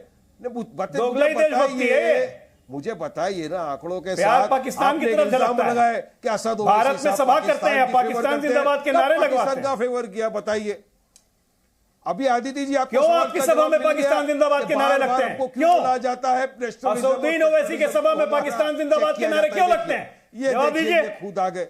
जवाब दीजिए ना। नहीं क्या क्या क्या क्या बोला आपने? देखिए, आप लोग क्या क्या सवाल ड्रामेबाज हैं। करिए, सवाल करिए। आप लोग सवाल- ड्रामेबाज हैं, मैं ये कह रहा हूं, ड्रामेबाज हैं आप लोग। वाला असदुद्दीन शहजाद ओवैसी के पूनावाला सभा में जवाब देना चाह रहे हैं, पाकिस्तान वारिस जिंदाबाद जवाब ले क्यों लीजिए लगते हैं? प्लीज। मैं भाजपा या मोदी नहीं हूँ। देखिए, मैं भाजपा या मोदी नहीं हूँ। अच्छा ठीक वो है, लोग सब जानते ड्रामेबाजी हैं आप करते हैं, मैं नहीं AIM करता। चिंता मत कीजिए। नहीं आप भाजपा और मोदी बन भी नहीं सकते। कॉलर वारिस से पठान, हक से बोलता आपके हूं। यहाँ पर तो गणपति बाप्पा मोरिया बोलने पर फतवा अरे जारी हो बनना जाता है भी नहीं है आपकी पार्टी भाई। में। आपकी पार्टी बनना में भी नहीं है, गणपति बनना बाप्पा भी मोरिया नहीं है, बोलने पर बनना भी फतवा नहीं जारी हो जाता है। ये तो आपके साथ गुजरी है, मैं तो आपके साथ खड़ा हूं, बनना आपके भी साथ नहीं बहुत है। बुरा हुआ। बनना एक भी क्या नहीं। नारा आपने लगा दिया, आपके ऊपर तो फतवा जारी हो गया। अब मैं आपसे पूछना चाहता हूं कि आप हिंदू मुस्लिम तो करते नहीं करते। आप तो MIM नाम मुस्लिमीन है, परंतु आप हिंदू मुस्लिम नहीं करते। ये ओवैसी साहब ने कहा याकूब मेमन को इसलिए लटकाया गया क्योंकि वो मुसलमान है। आज आप खुल के दिल खोल के खंडन कीजिए कि मेरे देश के सुप्रीम कोर्ट पर इस प्रकार का सवाल उठाने वाला पाकिस्तानी नहीं, ये MIM का सदर, ये मैं इसका खंडन करता हूं। और लगे हाथ, जवाब दूं मैं? लगे हाथ, अरे जवाब दे दो, अरे दे दो। वारिस उन्हें बोलने दीजिए, वारिस आप ही पठान, को प्लीज। जवाब देना है भाई। आप बोल रहे आप थे ही और को इंटरप्ट जवाब नहीं देना किया। है। आप जवाब दीजिए। दूसरी बात बोलने मुझे दीजिए। ये बता दीजिए कि जो ये नारे लगते हैं, जो कई बार लगे हैं और MIM के लोगों ने भी लगाए हैं कि सर तन से जुदा होना चाहिए, इसका खंडन करते हो या नहीं करते हो? और कमलेश तिवारी के जो हत्यारे थे उनको इस्लामिक जिहादी, कन्हैया लाल के हत्यारों को इस्लामिक जिहादी, उमेश कोल्हे जी के हत्यारों को इस्लामिक जिहादी मानते हो या नहीं मानते हो? हर नारा जो वायलेंट एक्ट की तरफ ले जाता है, वारिस पठान उस नारे का खंडन करता था। आपके सांसद ने फिर रहेगा। फांसी की सजा अब की आप मांग की थी एक चौराहे नारे का पर। खंडन करते हुए नहीं सुनो, देश के गद्दारों को गोली मारो डैश डैश डैश। तो उस देश नारे के का गद्दारों खंडन को क्या करते हुए करेंगे नहीं आप? करते आरती चलिए। उतारेंगे क्या? देश के गद्दारों से क्या करना है? नहीं, नहीं, देश गोली के मारो। गद्दारों को आप क्या कौन- पार्टी में कौन- शामिल कौन- करेंगे? देश का कौन गद्दार देश के है? गद्दारों को पार्टी में शामिल, वो तो देखिए, चिन्हित ये नहीं किया, समर्थन आपने करते हैं, पर्सनली ये क्यों देखिए, लिया? ये देखिए, आपने पर्सनली क्यों ये लिया? देखिए, देश के ये गद्दारों देख लीजिए, आदित्य को जी। आर्मी गोली ही उन्होंने मारेगी, देश के गद्दारों को पुलिस गोली ही मारेगी। उसमें क्या समस्या है भाई? देश के गद्दारों को पुलिस क्या करेगी? देश के गद्दारों को आर्मी क्या करेगी? गोली मारेगी। देश के गद्दारों गोली को मारेगी। पुलिस- अरे क्या देश के गद्दारों को आर्मी गोली मारेगी। इस बात का खंडन नहीं करेंगे। क्यों? मैं देश के गद्दारों को क्या करना है भाई? पार्टी में लेना है आपको। You want to take them into a party. एक निकला है वैसे सबाउद्दीन अजमी, सबाउद्दीन अजमी निकला है आईसिस का ऑपरेटिव आपकी पार्टी से। संविधान पे देश चलेगा, डेमोक्रेसी पे देश, दादागिरी धांधली पे नहीं चलेगा देश। अच्छा, मतलब एक आतंकवादी को गद्दारी कहकर उसके साथ आर्मी कोई कार्रवाई करे तो वो लोकतांत्रिक नहीं है। इस बात को अपने दिमाग में पूरी तरह से उतार लो। देश रूल ऑफ लॉ पे चलेगा, संविधान पे चलेगा, तुम्हारी धांधली दादागिरी गोली मारने मतलब से देश के नहीं चलेगा। गद्दारों को ये बात क्या आप करना मान चाहिए? लो। पार्टी में शामिल करें? नहीं तो आप खंडन करो ना। क्यों नहीं, मैं आप खंडन इस तरह करूं? के स्लोगनबाजी देश के का गद्दारों समर्थन को करते हो। आर्मी गोली ही मारेगी। क्यों नहीं करेंगे? अगर बुरहान निकलेगा बुरहान को गोली मारेगी, अगर अफजल निकलेगा अफजल को गोली मारेगी, याकूब निकलेगा याकूब को गोली मारेगी। अगर ये गद्दार निकले तो इनको गोली ही मारना है। आतंकी वो जो आया था 26/11 में, क्या उसका रेड कार्पेट वेलकम करना है क्या? करता हूं, मगर ये कोर्ट कायदे का पालन नहीं कर रहा है। ये कोर्ट कायदे का पालन नहीं करना चाहते, देश में अनार्की फैलाना चाहता है। ये चाहता नहीं है कि देश रूल ऑफ लॉ से अच्छा, चले, इसीलिए संविधान आपने से कहा चले, याकूब को फांसी इसलिए मिली, वो मुसलमान है। कि देश गोलीबाजी पे चले, गोलियां मारो देशवासियों को, उस पे चले। देशवासी मतलब आपने देशवासियों को गद्दार बोल दिया है। हम तो मतलब हम आजादी के अमृत महोत्सव में आपने सारे देशवासियों को गद्दार बोल दिया है। एक साथ सबको लेकर चलने की बात कर रहे हैं। और गद्दारों को गोली ही तो मारेंगे, गद्दारों के साथ न्याय ही तो होगा आर्मी के द्वारा। अच्छी बात है, चलाइए। आप देश के अंदर ये इसको बोलते हैं देश में अराजकता फैलाना। अच्छा। इसको बोलते हैं देश में हिंदू मुसलमान तो फिर करना। क्या कर? इसको अजमल बोलते हैं कसाब के साथ क्या संविधान का करना चाहिए? अपमान करना। नहीं, अजमल इसको कसाब बोलते और हैं याकूब के साथ क्या करना सेकुलरिज्म का चाहिए? अपमान करना। याकूब ये और है अजमल के साथ क्या करना अपमान चाहिए? करना। और ये भाजपा के प्रवक्ता ने आज पूरी तरह से साबित कर दिया कि ये आपने कहा देश के गद्दारों को, तो गद्दारों के साथ क्या होना चाहिए? वारिस पठान आप बता दो, देश के गद्दारों को क्या करना चाहिए? देख लिया, प्राथमिक सदस्यता एक सेकंड, मैं आपसे बहुत सिंपल सवाल देख लिया। वारिस पठान, देश ने क्या देखा नहीं देखा मुझे समझ नहीं आया, लेकिन अब मैं समझाना चाहती हूँ। एक सेकंड, आप सवाल सुन लीजिए, मेरा सवाल सुन लीजिए। जो इस देश से धोखा करे, जो इंडियन स्टेट के खिलाफ वेपन उठाएं, जो इंडियन स्टेट को चैलेंज करें, उनका हश्र क्या होना चाहिए? उन पर एक्शन होना चाहिए या नहीं होना चाहिए? बस इतना सवाल है, बहुत बेसिक सवाल है। होना चाहिए, बिल्कुल एक्शन होना चाहिए। वही तो हम कह जो रहे भी कायदे से एक्शन होना चाहिए, उनको फांसी देना चाहिए कायदे सर। कायदे में अगर है तो उनको फांसी दो। कायदे के जाती है और मजहबी डिस्काउंट पुलिस से अरेस्ट करो, लेके जाओ और सियासत बचाव में क्यों आती है? मजहबी डिस्काउंट की बात क्यों करती है? भाजपा लाती है। जस्टिफिकेशन क्यों देना शुरू कर दिया जाता है? जब एक्शन होता है तो फिर सवाल क्यों पूछे जाने लगते हैं? तभी तो ये उमर अल्ताफ जैसे लोगों को फॉर्डर मिलता है ना।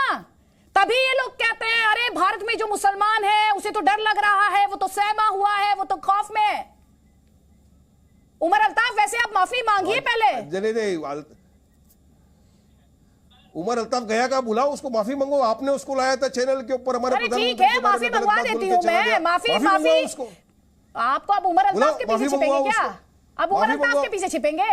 आपकी सियासत को लेकर सवाल पूछिए तो उमर अल्ताफ के पीछे छिपेंगे, लेकिन उमर अल्ताफ तो पहले तो आपको शर्म आनी चाहिए जो आपने भारत के मुसलमानों का अपमान किया। हाथ आप उठा रहे हैं ना, सुन लीजिए, शुरुआत कीजिएगा तो माफी से कीजिएगा, वरना इनका ऑडियो मैं इनके सामने कह रही हूं और खुले तौर पर कह रही हूं टीवी पर, ये भारत के खिलाफ अगर भारत के मुसलमानों के अपमान के बाद उनसे माफी नहीं मांगेंगे, इन्हें इस मंच पर जगह नहीं मिलेगी। उमर अल्ताफ देखिए, बात ये, मेरा मतलब किसी भारत के मुसलमानों के खिलाफ कोई जज्बात भड़काना नहीं था। बात ये है कि माफी मांगिए पहले आप, भारतीयों से माफी मांगिए। आपने देश के प्रधानमंत्री का अपमान किया, देश के मुसलमानों का अपमान किया, माफी मांगिए सर पहले, सबसे पहले। देखिए, आप मेरी बात तो सुने ना। नहीं, मैं बात सुनूंगी, आप माफी मांग लीजिए सर। आप मेरी बात नहीं, आप माफी मांग लीजिए सर, आप माफी मांगिए पहले। किस चीज की माफी मांगू? आपने कैसे अपमान किया? कैसे अपमान किया आपने? आप तार्किक तौर पर बात करेंगे? आप सर्टिफिकेट बांटेंगे क्या? सुने ना, आप मेरी बात सुने। सर्टिफिकेट बांटने की बात नहीं है। असदुद्दीन अवैसी की मैंने वो तकरीर सुनी, जब उन्होंने कहा कि ये पुलिस हटा लो तो फिर देखते हैं कि हम तुम्हारा क्या हाल करते हैं। वो असदुद्दीन ओवैसी नहीं, अकबरुद्दीन ओवैसी थे। 15 मिनट के लिए पुलिस हटा लो। अब आप ना तो असदुद्दीन ओवैसी और अकबरुद्दीन का फर्क समझते हैं। नहीं, अब आप फिर मैं समझ सकती हूँ आप क्या कहेंगे। आप देश के मुसलमानों को डरपोक बता रहे थे थोड़ी देर पहले, भारत के मुसलमानों को डरपोक होने का सर्टिफिकेट दे रहे थे ना सर आप। पहले आप फर्क समझिए असदुद्दीन ओवैसी और अकबरुद्दीन ओवैसी में, और तब भारत की राजनीति और नरेंद्र मोदी के बारे में आप बात कीजिएगा। मैं समझ गई कि आप कितना समझते हैं भारत को। भाई है ना, वो उनके भाई है ना, अकबरुद्दीन और असदुद्दीन भाई के आपस में। अच्छा, अब ये तो मैंने आपको बता दिया। आप तो अभी असदुद्दीन ओवैसी की तकरीर बता रहे थे। पहले आप क्लियर हो जाइए, पहले नहीं, सबसे पहले आप माफी मांगिए। नहीं, आप माफी मांगिए पहले, आप माफी मांगिए। आपने जो गलत शब्दों का इस्तेमाल किया था, माफी मांगिए उसके लिए। किससे? देश के मुसलमानों से माफी मांगिए, इस देश के प्रधानमंत्री से माफी मांगिए, भारतीयों से माफी मांगिए। भारत के मुसलमानों के हकूक की बात करना है, किस चीज की माफी मांगनी चाहिए? सर्टिफिकेट दे रहे थे, क्या बता रहे थे? शहजाद पूनावाला क्या बता रहे थे? ये भारत के मुसलमान क्या है? शहजाद पूनावाला तो शहजाद पूनावाला को मोदी जी ने मुसलमानों को, एक सेकंड, ऐसा है ना, मैंने भारत के मुसलमानों को नहीं डरपोक कहा, मैंने उनके नेताओं को डरपोक कहा। हमारे यहाँ, एक सेकंड, हमारे यहाँ एपीजे अब्दुल कलाम और वीर हामिद जैसे मुसलमान हैं जिन्होंने पाकिस्तान के 2 टुकड़े करके पाकिस्तान को उनकी औकात दिखाने का और उनको धूल चटाने का काम किया है। तो उमर अल्ताफ कान खोल के सुन लो। अब एक सेकंड सुन जाओ, सुन लीजिए उमर अल्ताफ। देखिए, वैसे भी आज की चाय और पानी आपको जी न्यूज ने वहां से आपको स्टूडियो में बंदोबस्त करा के दिया होगा, इसलिए आज का खाना मिल रहा है आपको। वैसे आपका मुल्क जिस हालात में है, आप लोगों को तो रोज खाने भी नहीं मिलता होगा। तो आप कृपया करके बीच में ना बोले, आप थोड़ा सा हैसियत में रहकर बात करिए। मुझे एक बात बताइए, आपके वजीर आजम ने कहा था ओसामा बिन लादेन शहीद है, आप ओसामा बिन लादेन को शहीद मानते हैं? शहीद छोड़े, मोदी कातिल है या नहीं? ओसामा बिन लादेन को शहीद मानते हैं क्या? जो मुल्क ओसामा बिन लादेन को शहीद मानता है वो दूसरे मुल्कों को और दूसरे मुल्कों के प्रधानमंत्री को सर्टिफिकेट बांटे तो ऐसा है कि शैतान कुरान पढ़ा रहा है। तो शैतान से हमें कुरान सीखने की जरूरत नहीं है, हम अपना कुरान पढ़ लेते हैं। भारत में हम अपना संविधान पढ़ते हैं और कुरान पढ़ते हैं, आपसे कोई सर्टिफिकेट की आवश्यकता नहीं। शहजाद पूनावाला कॉम कर रहे थे, इनसे जरा पूछिएगा, जरा 71 वॉर में क्या हुआ था, इनसे जरा सा पूछ लीजिए। 47 में नहीं, 71 में क्या हुआ था? ये बांग्लादेश में कौन रहता था? बांग्लादेश में कौन रहता था? हिंदूज रहते थे? उमर अल्ताफ, बांग्लादेश में हिंदूज रहते थे क्या? आप लेक्चर देंगे? आप लेक्चर देने की स्थिति में है? आपका ज्ञान नहीं, हटाइए इनको हटाइए, अभी हटाइए इन्हें। आप नेक्स्ट टाइम आइएगा तो थोड़ा सा पढ़ लिख कर आइएगा। अकबरुद्दीन ओवैसी, असदुद्दीन ओवैसी का फर्क, भारत के प्रधानमंत्री के बारे में थोड़ा सा होमवर्क कर लीजिएगा। अच्छे से होमवर्क करके आइएगा। थोड़ा सा जो ग्लोबल पब्लिकेशंस है वो पढ़कर आइएगा। पाकिस्तान के जो थर्ड रेट न्यूज़पेपर्स हैं वहां से मत आइएगा सर। सिर्फ सुनी सुनाई बातें सुनकर मत आ जाइएगा। बस इतनी सलाह आपको देनी है मुझे। यहां पर हमारे साथ अमजद अयूब मिर्जा हैं। अमजद अयूब मिर्जा, आप तो पीओके से ही आते हैं ना। ये पाकिस्तान के उमर अल्ताफ इतना ज्ञान बांटने की कोशिश करें, ज्ञान तो क्या कहना चाहिए, दुष्प्रचार कहना चाहिए, तथ्यों से कोसों दूर। क्या किसी से छिपा है पाकिस्तान में माइनॉरिटीज का क्या हाल है, या फिर अहमदियाज का जो बलूचिस्तान में इस वक्त चल रहा है उसका क्या किसी से छिपा है? किस तरह से दमन किया जा रहा है, किस तरह वहां फौज अत्याचार करती है, किसी से छिपा है? ये सब इतना वेल डॉक्यूमेंटेड है। देखिए, उमर अल्ताफ ज्ञान नहीं बिखेर रहे थे, वो तो खराफात बक रहे थे। और उनको तो कभी भी जो है उन्होंने भारत के पॉजिटिव एस्पेक्ट्स को देखा ही नहीं है। और एक मन घड़त, एक फर्जी, एक ख्याली जो तस्वर है उनके ज़हन में, उसके जरिए वो बात करते हैं। हम माइनॉरिटीज की बात क्यों करें, हम अपनी बात करते हैं। हम पीओजेके में रहते हैं, सेकंड क्लास तो दूर की बात है, थर्ड क्लास सिटीजन का हमारा रुतबा है। पूरा पीओजेके 1 महीना होने वाला है, बंद पड़ा है। कल तारीख की सबसे बड़ी जर्नल स्ट्राइक हुई है पीओजेके में। लोग पाकिस्तान मुर्दाबाद के नारे लगा रहे हैं, आजादी के नारे लगा रहे हैं। कई जगहों पर फौज जो है उसको बुलाया गया, लेकिन अवाम का गुस्सा देखकर फिर फौज को पीछे हटना पड़ा और फौज वहां से भाग गई। ये सूरत हाल है। इन्होंने हमारा पानी लूट लिया, इन्होंने हमारे जंगलात लूट लिए, इन्होंने हमारी बिजली लूट ली, इन्होंने हमारे यहाँ कोई डेवलपमेंट नहीं की। तो हम माइनॉरिटीज को क्या कहें? हम जो 40 लाख भारतीय नागरिक 1947 से पाकिस्तान के नाजायज कब्जे में जिंदगी गुजारने पर मजबूर है, हमारे लोगों की हालत जो है पहले तो वो देखनी चाहिए। जहां तक माइनॉरिटीज का ताल्लुक है तो 1000 महिलाएं यूनाइटेड नेशन की रिपोर्ट के मुताबिक, हिंदू और क्रिश्चियन महिलाएं और सिख महिलाएं 1000 पर ईयर पाकिस्तान में फोर्सफुली उनका धर्म परिवर्तन करवाया जाता है, फोर्सफुली उनको कन्वर्ट किया जाता है इस्लाम में, और उनकी शादियां उन्हीं से कर दी जाती हैं जिन्होंने उनको उठाया होता है, यानी अगवा किया होता है। तो हालात जो है वो तो सबके सारी दुनिया के सामने हैं कि पाकिस्तान में इस वक्त जो सूरत हाल है वो क्या है। और जाहिर है जब पैसे ना हो, पढ़ते लिखते नहीं है ना, दुष्प्रचार। अभी उनको 71 वॉर के बारे में भी नहीं पता था, उनको कुछ पता नहीं है। उनको नहीं, ये सिर्फ खराबात करते हैं और इनका कोई काम नहीं है। और मैं I am not interested in this man at all.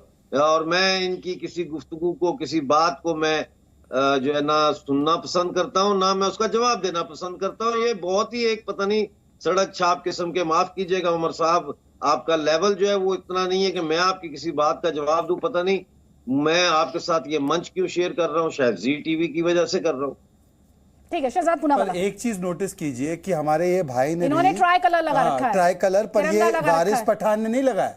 वारिस पठान और उनकी पार्टी जो रजाकारों की पृष्ठभूमि से आती है, जो चाहते थे कि हैदराबाद का विलय पाकिस्तान में हो जाए, वो भारत में नहीं रखना चाह रहे थे।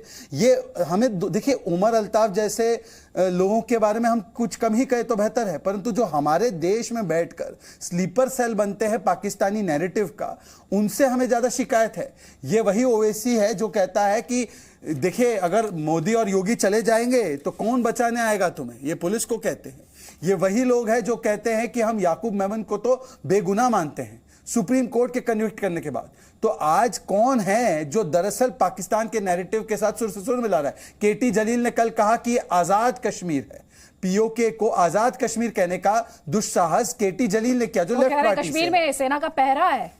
बिल्कुल। तो ये 370 पर भी सवाल, जो पुलवामा पर भी सवाल, जो सर्जिकल स्ट्राइक पर भी सवाल, ये इन्हीं लोगों ने उठाया है। इनसे पूछे बाटला हाउस एनकाउंटर को सही मानते हैं, बोलेंगे नहीं मानता हूं, सही गलत हुआ वहां पर। तो ये वारिस पठान जो है वो दरअसल वही ये वायरस है जो देश में सांप्रदायिकरण करता है और पाकिस्तान को फिर हैंडल देता है कि वो भारत के खिलाफ दुष्प्रचार फैलाए।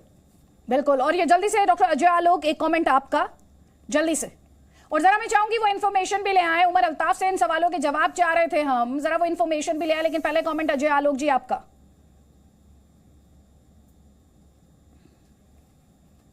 अजय आलोक जी तक हमारी आवाज नहीं पहुंच पा रही है, थोड़ा सा आंकड़ा क्या है, डेटा क्या है, जरा ले आए स्क्रीन पर। उमर अल्ताफ को जरा सा बता दें माइनॉरिटीज को लेकर, जो अभी यहाँ अमजद अयूब मिर्जा ने कहा किस तरह हिंदू लड़कियों का धर्मांतरण कराया जाता है और जो अपहरण करते हैं उन्हीं के साथ जबरन शादी करा दी जाती है, मानवाधिकारों का किस तरह दमन किया जाता है, कैसे वहां पर माइनॉरिटीज के खिलाफ जिनोसाइड जिसका जिक्र कर रहे थे ना थोड़ी देर पहले, जिक्र हो रहा था असदुद्दीन ओवैसी को जिसकी आशंका थी, ये क्या है जो पाकिस्तान में चल रहा है, ये क्या है उमर अल्ताफ? देखिए आदित्य जी, पहले मैं एक क्लैरिफिकेशन करना चाहता हूं कि मेरा कोई मकसद भारत के मुसलमानों की दिल आजारी करना नहीं है, मगर चाहे आप इस देश के प्रधानमंत्री का अपमान करेंगे, आप इस देश के मुसलमानों का अपमान करेंगे, पहले तो आप माफी मांग लीजिए सबसे पहले। नहीं आगे क्लैरिफिकेशन और जस्टिफिकेशन मत कीजिए, माफी मांगिए आप पहले। मेरा बाप जो है 1947 से भारतीय था, आपने मेरे दादा को गाली दी, आपने मेरे परदादा को गाली दी, आपने मेरे पुरखों को गाली दी। मैं तो अपने आप को उस तरह का मुसलमान, कट्टर मुसलमान मैं नहीं हूँ, लेकिन वो तो थे मुसलमान। आपने पूरे भारत के मुसलमानों को गाली दी है और इतने बुज़दिल हैं आप नालायक हैं कि आप एक्नॉलेज नहीं कर सकते अपनी गलती और आप नहीं कह सकते I apologize, it was a slip of tongue. आप ये तक नहीं कह सकते। देखें, मुसलमानों बात सुने, मुझे बोलने दें। मेरा मकसद किसी को गाली देना नहीं है, चाहे मुसलमान हो या हिंदू हो, ठीक है ना। मेरा कोई मकसद ये नहीं है। आपका मकसद कुछ भी हो आप अपमान नहीं करेंगे, आपका मकसद कुछ भी हो अपमान करेंगे नहीं, आप कुछ भी हो आपका मकसद। मेरी जी आदित्य जी, मेरी बात आप सुने। नहीं पहले माफी मांगिए आप, मैं तब सुनूंगी आपकी बात। आप माफी मांगिए पहले, जब आपका मकसद किसी का अपमान करना नहीं है तो माफी मांगिए। किए जा रहे माफी नहीं मांग रहे, आप अपने माँ बाप को गाली दे रहे हो। तुम्हारे दादा दादी भी तो हिंदुस्तानी थे, तो तुमने तो अपने बाप दादा को गाली दी है। की बात की है, मैंने मुसलमानों के हकूक की बात की है। और आप भारत का मुसलमान यहाँ पे वारिस पठान बैठे हैं या शहजाद पूनावाला बैठे हैं, सक्षम है ये अपने हकूक की बात करने में सक्षम है। आपकी पैरवी की जरूरत नहीं है इन्हें। और ये जो सर्टिफिकेट बांट रहे थे ना आप डरपोक होने का, और क्या किसको क्या बता रहे थे शहजाद को, गद्दार, कौम का गद्दार बता रहे थे। पहले माफी मांगिए, माफी मांगिए आप पहले, माफी मांगिए। मुसलमानों के हकूक की बात करने के लिए आपकी आवाज की जरूरत नहीं है। भारत के मुसलमान को अपने हुकूक की बात करने के लिए इस गलत फहमी से आगे बढ़ जाइए अब आप, और माफी मांगिए पहले। कहा है कि ये मुसलमान जो है डरपोक है, चलाएं इसके होते हुए चलाएं। क्या मैंने कहा नेता डरपोक है, मुसलमानों को नेता हो गए। चलिए अब नेताओं को डरपोक बताने लगे ये अभी। उमर अल्ताफ आप तो बड़े, उमर अल्ताफ आप तो बड़े, ये तो खुद बड़े डरपोक निकले। आप डरपोक नहीं हो ना उमर अल्ताफ, आप डरपोक नहीं हो ना, सुन लो ना। अच्छा एक सेकंड उमर अल्ताफ, आप तो डरपोक नहीं हो ना। एक बार कह दो कि जो चीन मुसलमानों के साथ कर रहा है जिंजियांग में, आप और पाकिस्तान उसके खिलाफ सख्त कार्रवाई चाहते हैं। एक बार बोलो। मैं आपकी बात ये कहता हूं, मैं आपकी बात को इंडोर्स करता हूं। जिधर चाहे चाइना जिधर नहीं, तो आपकी सरकार क्या कर रही है? मुसलमानों का ठेकेदारी उठाकर रखा है, इस्लामिक वर्ल्ड के आप लीडर बनने की कोशिश करते हो। आपके प्रधानमंत्री से पूछा गया कि चीन में जो हो रहा है, उन्होंने कहा मुझे पता नहीं। गलत किया, उनको पता नहीं ना, तो बोलनी चाहिए। मैं जापान और जर्मनी का बॉर्डर होता है साथ में, ये उनको पता है, पर उनको चीन में जो हो रहा है वो नहीं पता। हर किसी तो बोलिए कब चीन को लात मार रहे हो हमारी जमीन से, जो पीओके है, कब चीन को लात मार के भगा रहे हो पीओके से? बताइए। वो कौम के साथ जो कर रहे हैं आपकी, आप उनको अपने घर में पाकिस्तान में भी दावत दे रहे हो, हमारी जमीन पर भी दावत दे रहे हो, पीओके में भी दावत दे रहे हो। अब मुझे बताओ कि आपकी सरकार चीन के खिलाफ क्या करेगी? और आइंदा से किसी भारतीय मुसलमान को अपना मुसलमान होने का सर्टिफिकेट आप जैसे लोगों से नहीं चाहिए जो अहमदिया को, शिया को मुसलमान ना मानते हो। आप बना दीजिए अहमदिया को आपका राष्ट्रपति, आप अहमदिया को राष्ट्रपति बना दीजिए, शिया को बना दीजिए। तो बने ना, जरदारी है ना? अच्छा बने हैं, अहमदिया थे वो, अहमदिया है जरदारी, अहमदिया है जरदारी। तो बताइए अहमदिया को कब बना रहे हो? आप अपने राष्ट्रपति दूसरी और बांग्लादेश में कौन बस रहे थे भाई?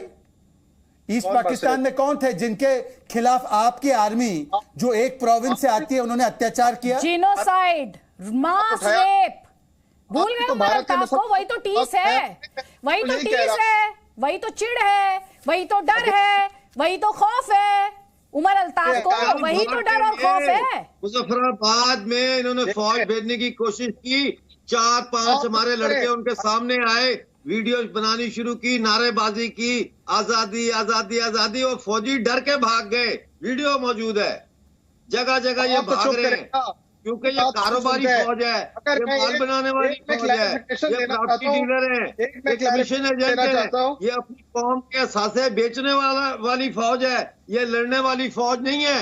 बलूचिस्तान में इनको जूते पड़ चाइना रहे के साथ ही ज्यादा वक्त बिताते हैं ना सर। चाइनीज प्रोडक्ट्स का क्या हाल होता है वो तो हम सभी जानते हैं ना। तो इनकी फौज भी बहुत ज्यादा टाइम बिता रही है पीएलए के साथ। और जो आप कह रहे हैं पाकिस्तानी फौज के बारे में, वो चाइनीज प्रोडक्ट की जो खासियत है वही इनकी फौज की खासियत बनती जा रही है। हर घर तिरंगा, हर घर तिरंगा। तो इसका क्या तो कल 14 अगस्त है, हम अपना पाकिस्तान का झंडा लगाएंगे। उस दिन भारत के 2 टुकड़े हुए थे, हम पाकिस्तान का झंडा लड़ाएंगे। ये पूरे पीओजे में लगेगा। हुए थे ना 14 अगस्त को भारत के टुकड़े हुए थे ना, हम अपना झंडा लगाएंगे। आप कट्टरपंथी सोच वाले शहजाद पूनावाला, ये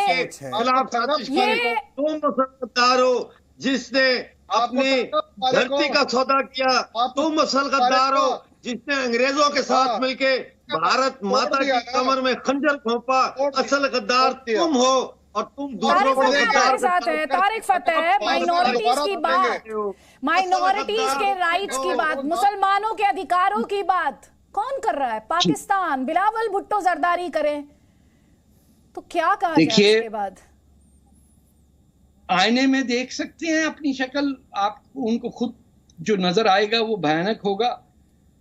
बात सारी ये है कि जब हमारी इस्लामी किताबें ये कहें कि ईसाई और यहूदी से दोस्ती ना करो क्योंकि ये आपस में दोस्त हैं, ये तुम्हारे दोस्त नहीं हो सकते। इसमें एक फैक्चुअल एरर ये है कि ईसाइयों ने यहूदियों के साथ इतना जुल्म किया पिछले 2000 साल में कि आप सोच नहीं सकते। पूरा हॉलोकॉस्ट जो है उसके अंदर पूरी यूरोपियन हिस्ट्री भरी हुई है कि ईसाई यहूदियों को मार रहे हैं, कि उन्होंने कहा कि तुम खुदा के कातिल हो।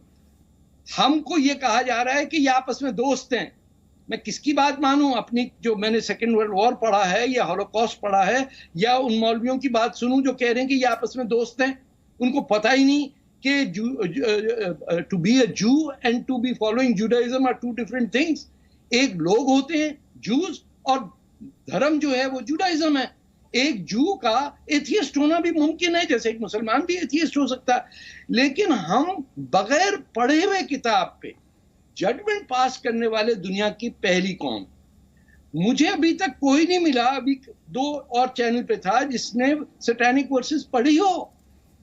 इतनी टफ किताब है पढ़ने के लिए। ईरान में तो कोई नहीं समझ सकता कि लफ्ज चमचे का मतलब क्या है। वर्सेस को लेकर तो जो हुआ वो तो सबने देखा ही तारिक, लेकिन यहाँ पर उमर अल्ताफ पाकिस्तान में बैठकर माइनॉरिटीज की बात कर रहे हैं। इनको भारत के मुसलमानों की चिंता हो रही है, बिलावल भुट्टो जरदारी की तरह।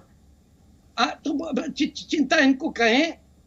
ऑनेस्टली गॉड, जिस दिन बॉर्डर खुल जाएगा कौन कहां बैठेगा वो पता है हमें, कि किसको इजाजत सांस लेने की किस मुल्क में।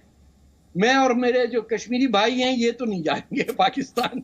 क्यों सर, आप जाएंगे लंदन से? हम लोग दोनों इंडिया की तरफ चलेंगे, क्योंकि हमको पता है गिलगित बल्तिस्तान में क्या हो रहा है। ये पीओजेके के अंदर जो, ये तो मुझे इंडिया पे गुस्सा आता है कि उनको क्या नहीं पता है, वहां हड़तालें चल रही हैं, लोग मर रहे हैं। आई थिंक मुझे डिस्कशन क्लोज करना है। कह रहे हैं इतना मानवाधिकारों का उल्लंघन हो रहा है वहां पर, जिस तरह से टारगेट किया जा रहा है सिविलियंस को, इंडिया चुप क्यों बैठा है? इंडिया चुप नहीं बैठा है, पर इंडिया को यह भी पता है कि आज पूरी दुनिया में पाकिस्तान कहां पर खड़ा है। और मुझे लगता है कि 71 एक उदाहरण है। अब ज्यादा अगर इस प्रकार से ये बातें करेंगे तो धीरे धीरे देखिए होता है क्या, क्योंकि एक संकल्प तो हमने ले लिया है कि जब तक पूरा भारत में जेओके पीओजेके जो हमारा है वो भारत में नहीं आता तब तक हम चुप नहीं बैठने वाले। ये तो पार्लियामेंट के असेंबली का रेजोल्यूशन है जी। और ये स्टेटमेंट भी है। मुझे इस डिस्कशन को उमर अल्ताफ को बुरा लग रहा है, बुरा लगेगा भाई। हकीकत हमेशा चुभती है। जिस पर आपने कब्जा किया हुआ है वो कश्मीर हमारा है, ये आपको समझ आना चाहिए उमर अल्ताफ, और भारत वो लेकर रहेगा।